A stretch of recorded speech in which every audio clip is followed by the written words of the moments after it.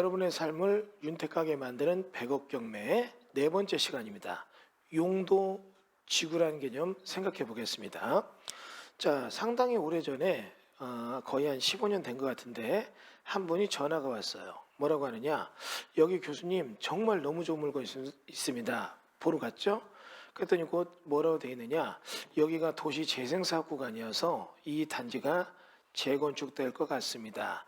그럼 단지 앞에 있는 상가가 있는데 상가 맨 위에 층에 넓은 그런 상가가 경매가 나왔고 감정가 대비 15%까지 떨어졌어요.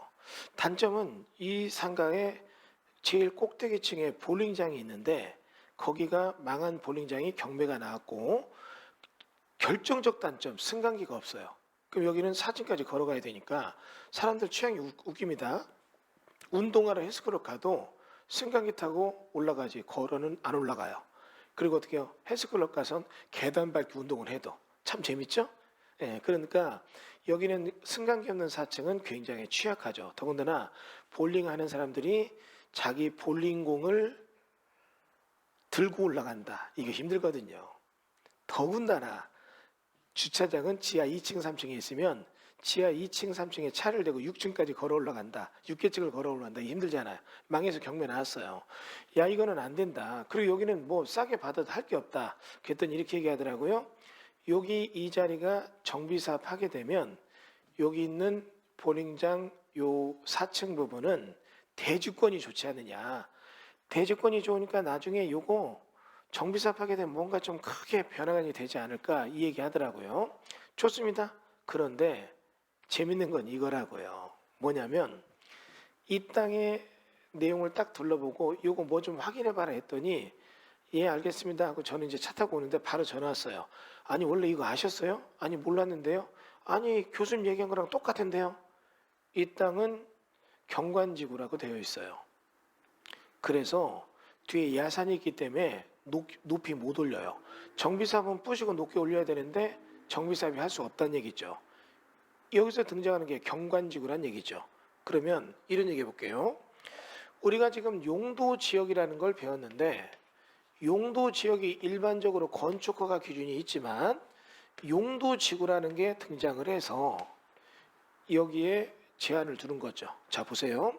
용도지역 건축허가 기준으로 요 동네 섹터가 2종 일반주거예요. 그럼 2종 일반주거면 평균 15층 이하로 건물 짓거든요. 그러면 이런 아파트 같은 거 질 수 있거든요. 그런데 이걸 지려고 딱 보니까 여기가 굉장히 수려한 산세가 있다. 그러면 어때요? 이런 데가 경관지구, 요 앞쪽이. 그러면 이런 데는 2종 일반주거지만 경관지구가 지정돼 있어서 네가 건물을 질 때는 뒤에 산을 보게 해줘야 되니까 일정 높이 이상 지면 안 돼. 이런 식으로 막는다는 얘기죠. 그러니까 여러분이 어떻게 해요? 경매등을 할 때 용도지역과 용도지구 잘 봐야 돼요. 그리고 이런 용도지구에 대한 것들이 무엇이 있느냐? 뭐 여러 가지가 있어요. 고도지구, 방제지구, 방화지구, 뭐 경관지구 이런 것들, 개발진흥지구, 취락지구 이런 게 있는데 얘들은 각각의 부가적으로 용도지역에 관련된 행위제한을 2차적 제한으로도 국지적으로 부분적으로 행위제한을 하고 있습니다. 그러니까 여러분이 이런 용도지구가 있다면 용도지구별로 2차적 제한이 무엇인가 이거 잘 봐야 돼요. 그렇지 않으면 경매 같은 거 나올 때 이게 이런 지역에 뭐가 있는데 이게 왜 안 되느냐 용도지구에서 맞거든요. 이런 거 여러분 좀 신중하게 봐야 된다는 얘기죠. 그래서 우리가 지금 용도지구에 대한 기본적인 개념들 설명드렸는데 뭐 이런 거 있잖아요. 용도지구라는 거 지금 하나 가지고 얘기해 볼게요. 양평 같은 데 가보면 너무 좋아요. 그 이런 데 가서 보니까 야 펜션에 사러 자니까 너무 좋아 나가지고 이런 데 경매 나오는데 펜션이 있어서 이런 거 받았더니 완전히 죽쓰는 거예요. 왜 그러느냐? 양평 평이라고 하는 데는 평평하다는 얘기고 개발이 쉽다는 얘기예요. 동쪽으로 갈수록 경기도 동쪽은 산악지형이 많은데 양평만은 평평한 데가 많아요. 그게 양평이에요. 근데 이러다 보니까 개발이 쉬워요. 그러니까 펜션 하나 된다 이러면 막 들어서는 거예요. 그러니까 과잉 공급되죠.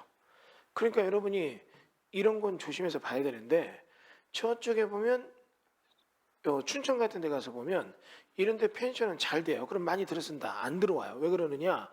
여기는 특화 경관지구 이런 게 있어가지고 경관을 살리기 위해서 이런 데다 펜션 지면 경관을 버리니까 못 짓게 하거든요. 그러니까 이런 데서 펜션 지었다 이런 데들은 어떻게 해요?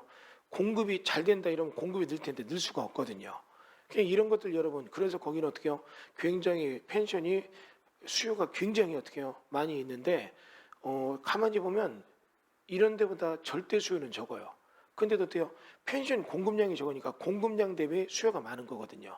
이런 것들 여러분이 생각해 보면 경매 받을 때 용도 지역과 지구가 왜 중요한가 이런 거 여러분이 알 수 있다는 것도 생각해 주세요. 자, 이래서 우리 네 번째 챕터 강의를 마치겠습니다. 감사합니다.